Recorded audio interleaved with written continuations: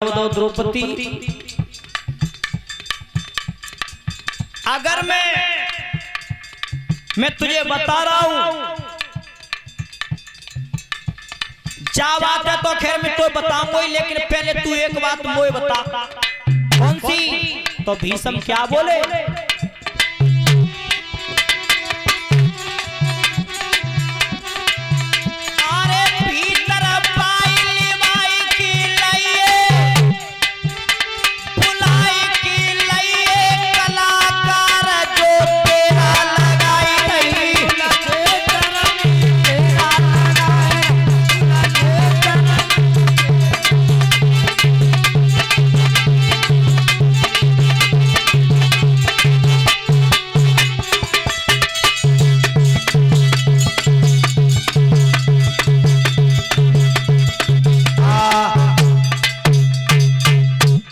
चल जावा तो बताऊंगा, पहले बाय बुला के ला जो ते सला की ठाणों का बाहर ताए।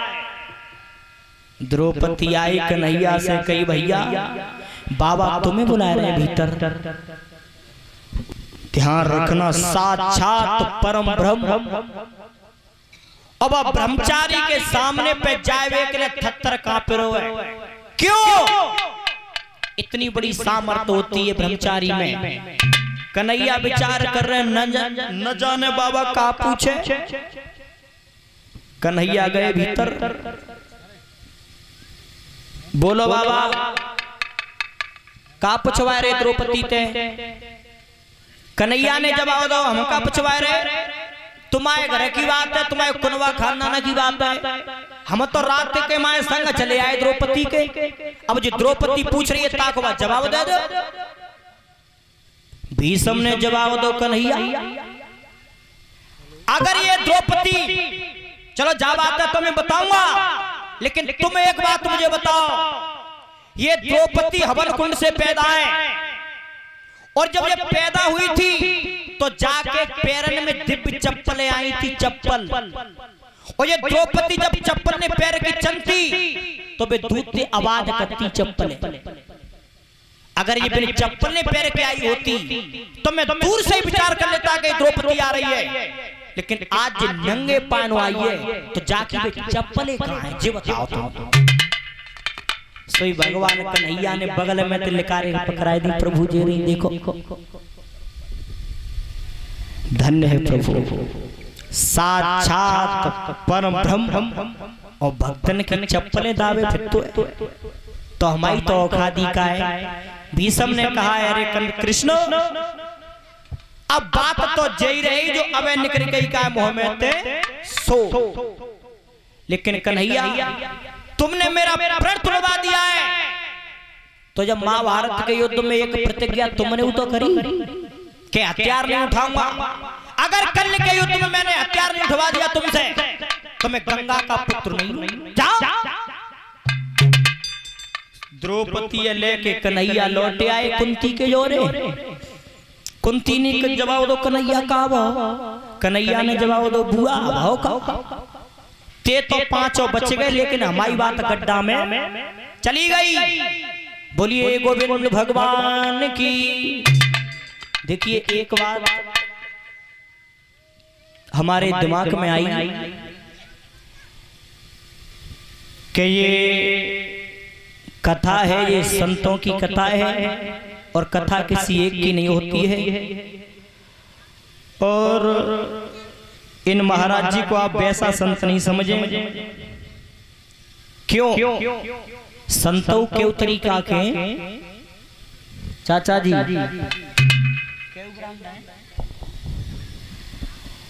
देखिए एक दृष्टांत में बताएं कि 4 यार थे, 4 मित्र, शादी एक की वही नहीं, सो चारों ने लूट मार को काम करो, काऊ की साइकिल छीन ले, काऊ की मारपीट कर दे। सो पुलिस पीछे लग गई चारों ने। जब पुलिस पीछे लगी तो चारों एक चौराहे पे इकट्ठे हुए तो चारों ने कही भैया हाँ अब तो बिच्छो घरे गुजर उतना है, पुलिस पीछे कर रही है, अब समय कैसे कटे हो? सो एक ने कही ऐसा करो पुलिस पीछो कर रही है, घरे इल्लो लगना रो तो ऐसो करो महात्मा है जाए महात्मा। ये महात्मा को योग बड़ो सरेल है। एक ने कई चारों ने मान लई, चारों महात्मा है गए और साधु बन के चारों लाल कपड़ा पहन के एक राजा के यहाँ पहुंचे। राजा से कही महाराज तुम्हारे यहाँ पे अगर कोई मंदिर हो तो वो मंदिर में पूजा पाठ करते रहेंगे हम। राजा ने विचार करो जी बात सही है, हमारे को मंदिर नगर तिने का दूर है, बापे कोई रहे तू ना तो तुम चारों रहो बापे खाए के लिए हमारे जानते जाते रहे हो। सो चारों भी हतकाए महात्मा मैया रुक गए। सो एक दना एक ने कही कह रहे जी बता राजा ने हम तुम जा मंदिर पर आके पूजा पाठ करवे के लिए पूजा करो, हवन मंत्र बोलो और जी बता हम तुम कछु मंत्र जानता ना है।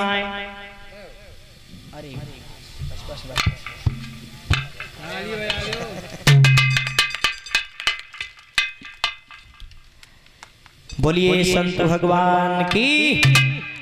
और ये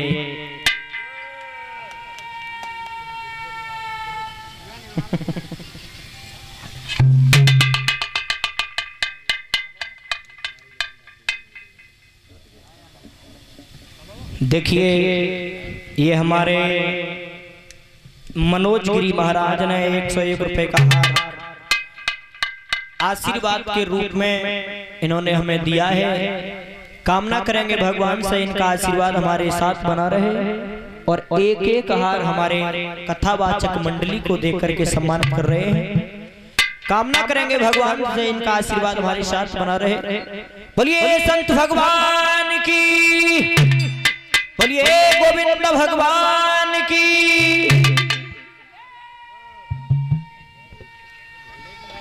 हे मोबाइल जा रे गोपाल मोबाइल लो अभी तो मोबाइल कहां है।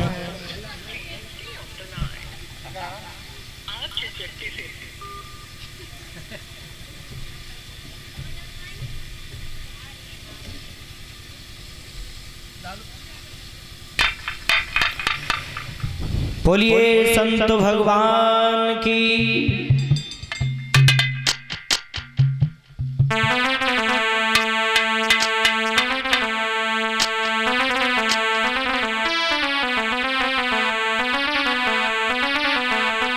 बाबा के सामने अर्जुन को लेकर के पहुंचे हैं तो उनकी प्रतिज्ञा भी भंग हो गई, हथियार उठा लिया। 18 दिन की रात को दुर्योधन 18 दिन का युद्ध नियुक्त किया गया था। तो 18 दिन की रात को दुर्योधन रण को छोड़ करके भाग गया। खून की नदी एक बन गई थी कुरुक्षेत्र में, इतना रक्तपात हुआ था, एक खून की नदी बन गई थी। अपने बेटा लक्ष्मण कुमार की लाश पर बैठ करके दुर्योधन ने उस नदी को पार किया और अपने बेटा लक्ष्मण कुमार का अंतिम संस्कार करके दुर्योधन अपने नगर की ओर जाता है। पत्नियों से कहा है कि मेरे प्राणों की रक्षा कर लो, पांडव मुझे जिंदा नहीं छोड़ेंगे। पत्नियों ने मना कर दिया, महाराज आज आए हो हमारे जो ने, लेकिन हमने तो तुम बहुत न समझाया। जिस समय भरी सभा में द्रौपदी का अपहरण हुआ था, लेकिन बात तुमने उस दिन भी नहीं मानी हमारी, और आज सवरे परिवार को मरवा करके तुम आ गए यहाँ पर। पत्नियों ने मना कर दिया। पिता के पास में पहुंचा है, पिता ने भी मना कर दिया। रे दुर्योधन, जिनका कोई कसूर नहीं था बेटे ने सब मरवा दिया, लेकिन तेरे लिए काल अभी नहीं आओ। धृतराष्ट्र ने कहा, रे दुर्योधन, मैंने तो अपना परिवार उसी दिन मरा हुआ मान लिया था जिस समय भरी सभा में द्रौपदी का वस्त्र हरण हुआ था। दुर्योधन अब पहुंचा है अंत में मेहतारी के पास मैया। ध्यान रखना श्रोता बंधु, संसार में इंसान के केवल दो ही मददगार बताए हैं, दो। अगर दो के अलावा तीसरा हो तो बताओ। सबसे पहले नंबर पे बताई मेहतारी। इंसान के दो मददगार हैं, एक मैया और एक राम। एक मैया और एक राम। ध्यान रखना, अगर पैर में ठोकर लग जाए और जाकर घोंटू लगे सड़क में बहराए के, तो मुंह में तिक्का निकलते, अरे मैया और या लिख रही अरे राम, काऊ के मुंह में तिजौल करी अरे गरबाई। लेकिन नहीं, संसार में दो ही मददगार है, एक राम और एक मेहतारी। तो अंत में दुर्योधन अपनी मैया के पास में आया है और जवाब दिया है, मैया मेरे प्राणों की रक्षा कर ले, पांडव मेरा पीछा कर रहे, मुझे जिंदा नहीं छोड़ेंगे। तो गांधारी ने जवाब दिया, बेटा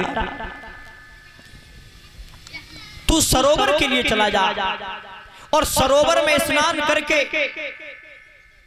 नग्न अवस्था में मेरे सामने पे आ जाना।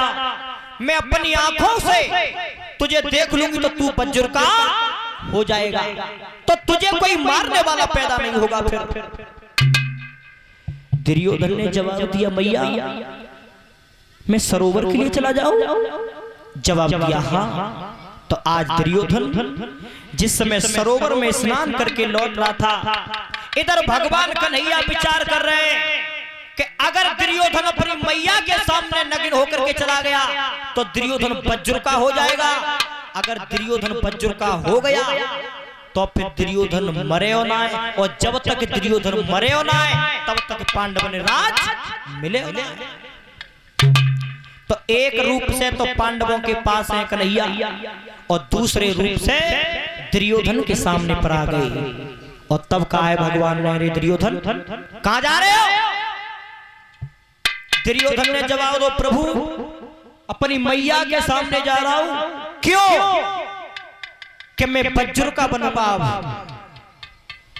भगवान ने कई दुर्योधन से, तुम राज्य की खातिर इतने गिर गए जो जन्म देने वाली मेहतारी के सामने नग्न अवस्था में?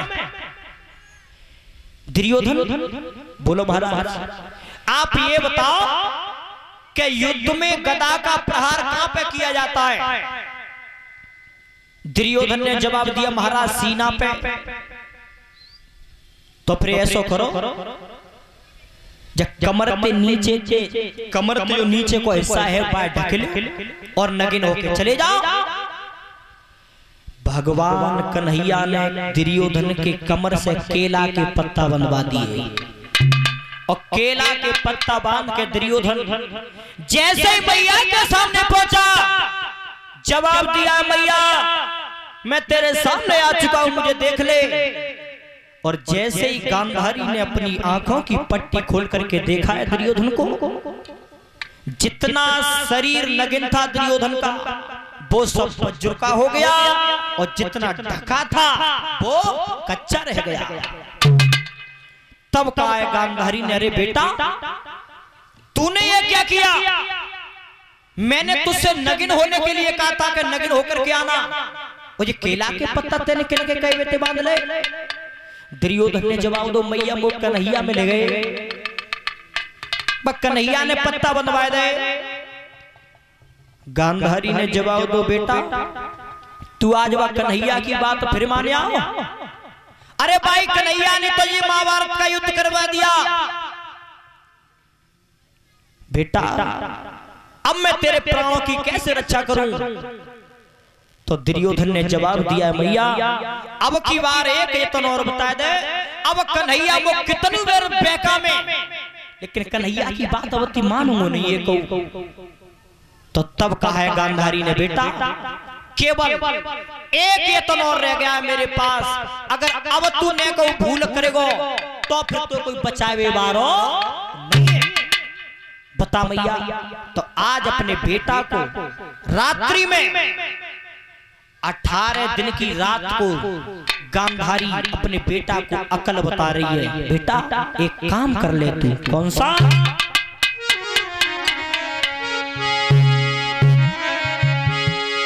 अरे बेटा प्यास सरोवर जाइए,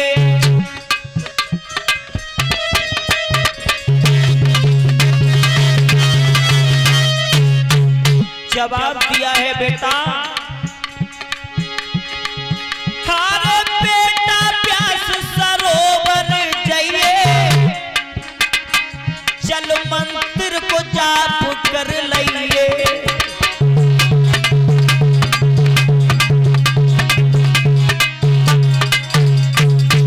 जवाब दिया है दुर्योधन से, बेटा प्यास सरोवर के लिए चला जा तू, और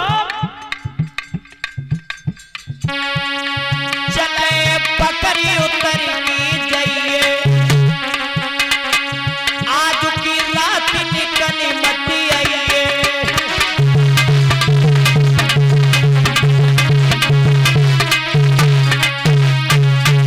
अरे आज की रात निकल मत आइए, और समद सुधा के ढिंगर रुकी जाइए, और गाली कोई दे से न करी लाइए।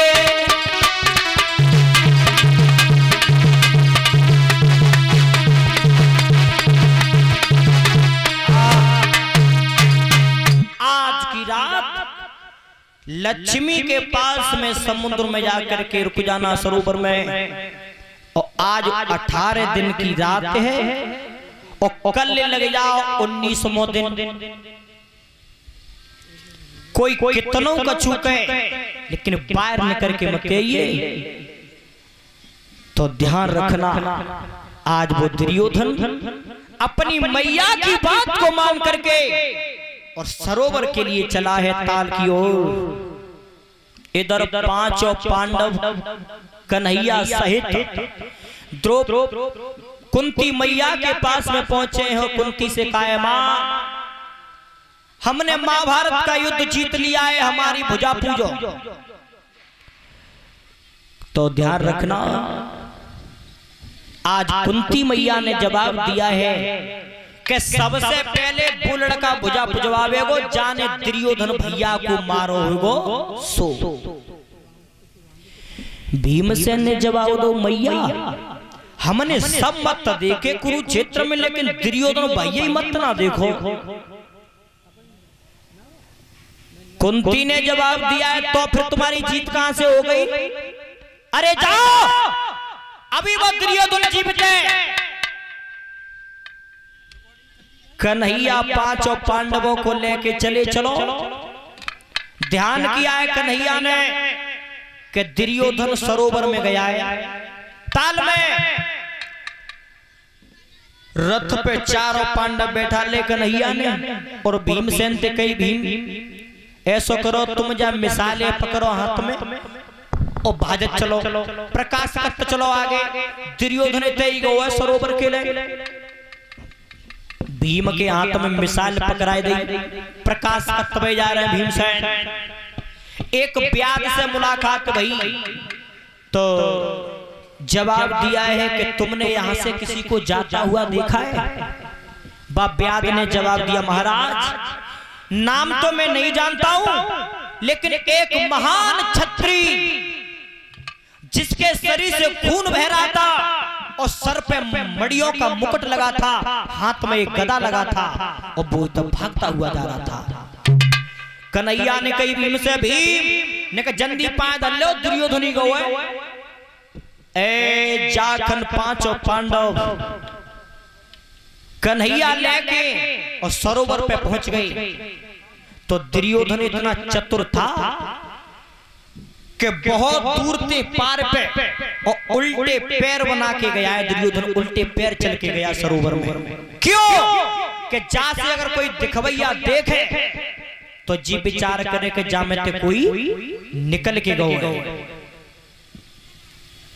10 कदम दूर से दुर्योधन ने छलांग लगाई, सरोवर में पहुंच गया लक्ष्मी के पास। अब जैसे ही पांडव पहुंचे, कन्हैया ने कही, भीम दुर्योधन जाई में दुब को बैठो नीचे, वो जल का मंत्र जानता है, वो 6 महीना तक जल में रह सकता है।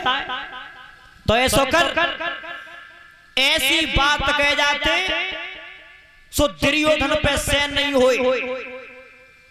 महान क्षत्रिय दुर्योधन और दुश्मन की ललकार को कभी क्षत्रिय से नहीं कर सकता, तो बाहर निकल के आ जाए, ऐसी बात कह जाते हैं।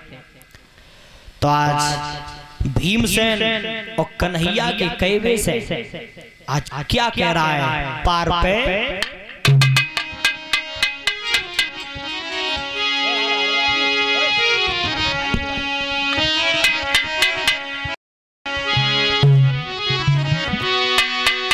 अरे मां भारत को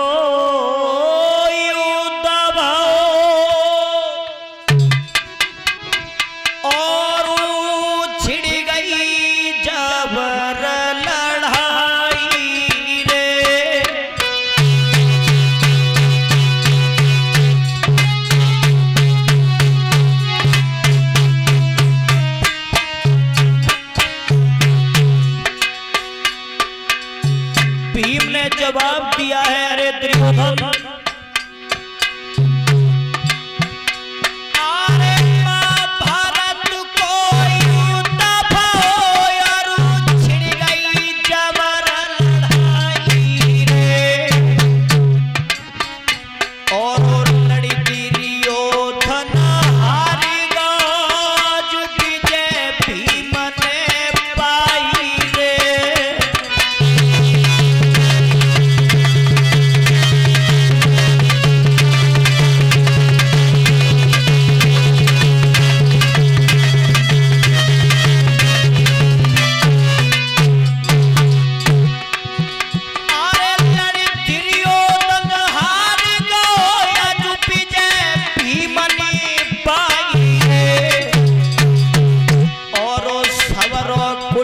मरो लड़की तो इन्हें शर्म नहीं आई रे।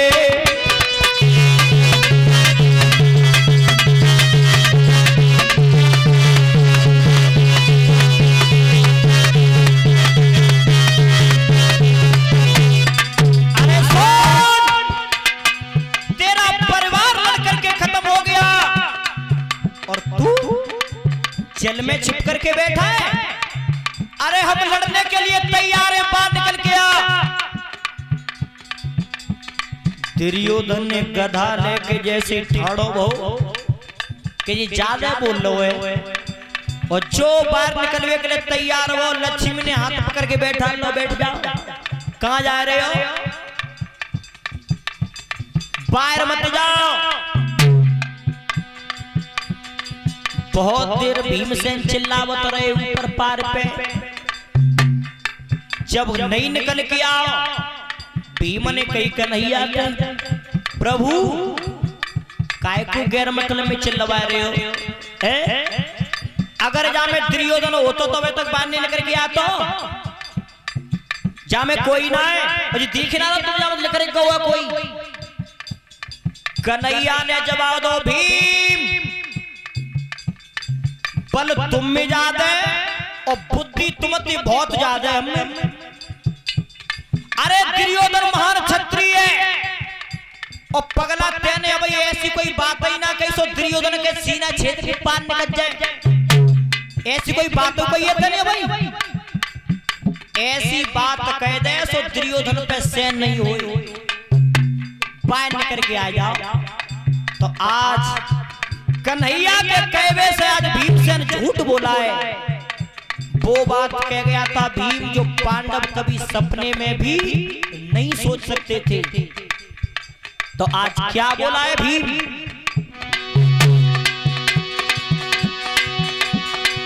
अरे धृतराष्ट्र को बांध लो, बाकी कैद दई करवाई रे, और छोटो भैया नकुल खड़ो फोड़न की मारू लगाई रे।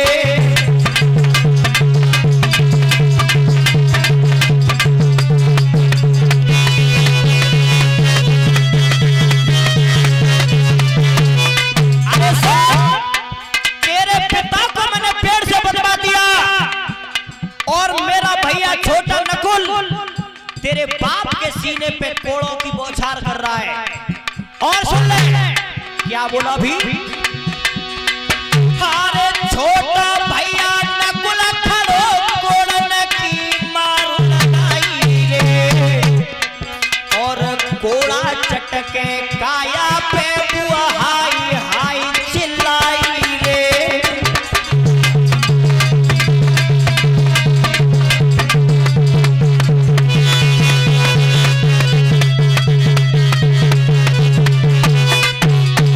और सुन तेरी मैया गांधारी महलन से नहीं खिंचवाई रे, और द्रौपदी के बुआ आंगन में अब झाड़ू रही लगाई रे।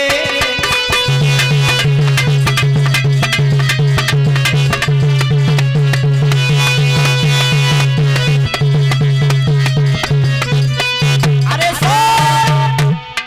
तेरे पिता को मैंने बंदी बनवा दिया, तेरी मैया गांधारी को द्रौपदी के आंगन में दासी बनवा दिया,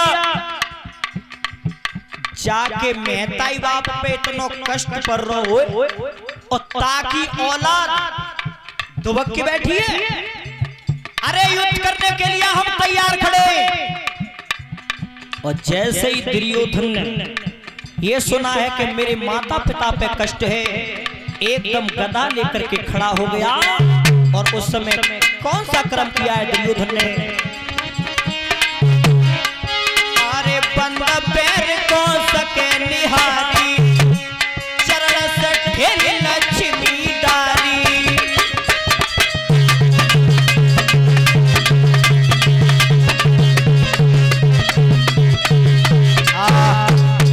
एकदम लक्ष्मी पे लात का प्रहार कर दिया दुर्योधन ने। दूर हट जा, मेरे माता पिता पे इतना कष्ट है और तू कह रही है कि हम जा में रहे। दुर्योधन ने छलांग लगाई, ताल की पार पे आ गया। और तब कहा, काहे दुष्टर भीम नकुल सहदेव अर्जुन, मैं युद्ध करने के लिए तैयार हूं, आ जाओ सामने। सोई दुष्टर महाराज सामने आए गए और दोनों हाथ जोड़ के बोले, भैया जैसे तुमने सुनी का ऐसा कुछ नहीं है, ऐसा करो केवल 5 ही गांव दे दो, भाई कछु ना बिगड़ो, बाई में गुजर कर लेंगे। दुर्योधन ने जवाब दिया है, 5 गांव की बात कर रहे हो, सुई के 9 के बराबर पृथ्वी नहीं दूंगा तुमको, तो फिर लड़ो। जवाब दिया, हाँ लड़ने के लिए तैयार हूं। ये दुष्टन महाराज ने जवाब दो, तुम अकेले हो, हमें 5, अगर 5 एक से लड़े तो फिर ये धर्म नीति के खिलाफ है, ऐसा नहीं होगा। तो ऐसा करो दुर्योधन, तो इतने हम तुम ले लो, कौन से लोगे, तो पल्लव तुम 3 है जाओगे और इतने हम 3 है जाएंगे। दुर्योधन बोला, महाराज सुनो, दुश्मन की मदद लेके अगर विजय हासिल करते हैं तो वो धर्म नीति के खिलाफ है। और जो दुर्योधन ने ये बात कही कि धर्म नीति के खिलाफ है, सोई दुष्टर महाराज ने हाथ जोड़ के सामने और तब कही, भैया तुम धर्म नीति जानते हो, तुम धर्म की परिभाषा पहचानते हो कि धर्म क्या होता है। तो आज दुष्टर महाराज बोले, भैया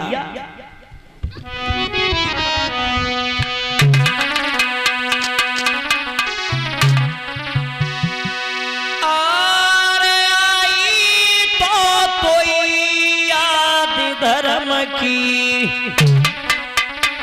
और अंत समय पे आई,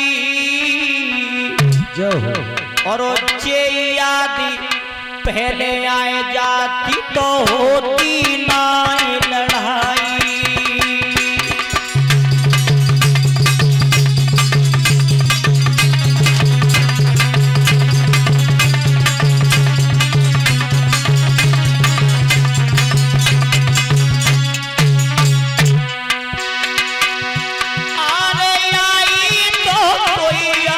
धर्म की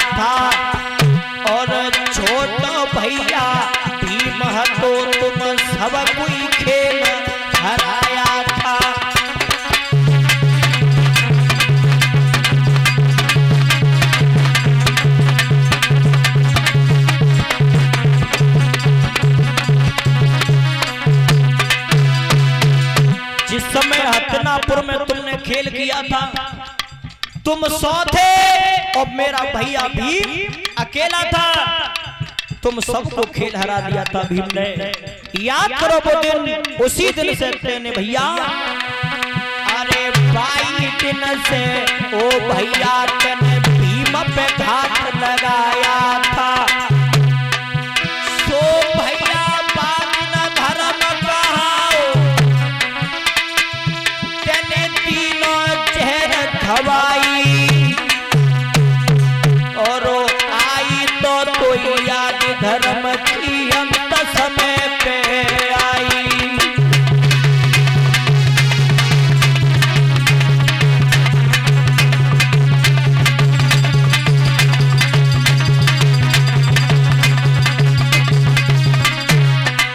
और याद करो, अरे जाति नयर अर्जुन घर पे नाओ और तुमने पत्र पठाया था और चक्राव्यूह की लिखी लड़ाई में 12 बेटा आया था।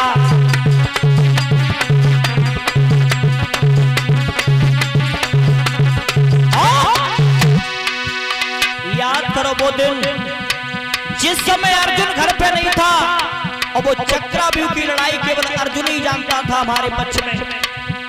और उस दिन अरे जातिन पार्थ घर पे नाओ, तुमने पत्र पठाया